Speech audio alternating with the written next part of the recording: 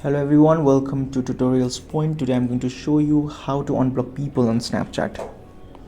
So if you have blocked people on Snapchat, if you don't know how to unblock, then I can show you how to unblock people on Snapchat.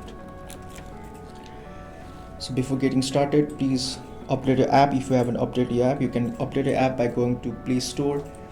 Now let's get started. So first you need to go to the Snapchat app. After going to Snapchat app, there's a top left corner, you can see your profile icon. Tap on it. Now you have just opened your profile. Now after that, you can see on the top right corner there is gear icon of settings. Tap on it. So scroll down. After scrolling down, you can see at the last 5 options: blocked, save, login info, my data, log out. So go to blocked. There will be people who you have blocked. So if you want to unblock the person, just tap on the cross section.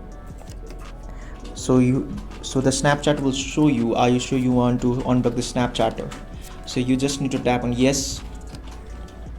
So now you have successfully unblocked the person on Snapchat. So this was the way to unblock people on Snapchat. So if you find this video useful, please share and like the video, and do not forget to subscribe the channel. Thank you very much.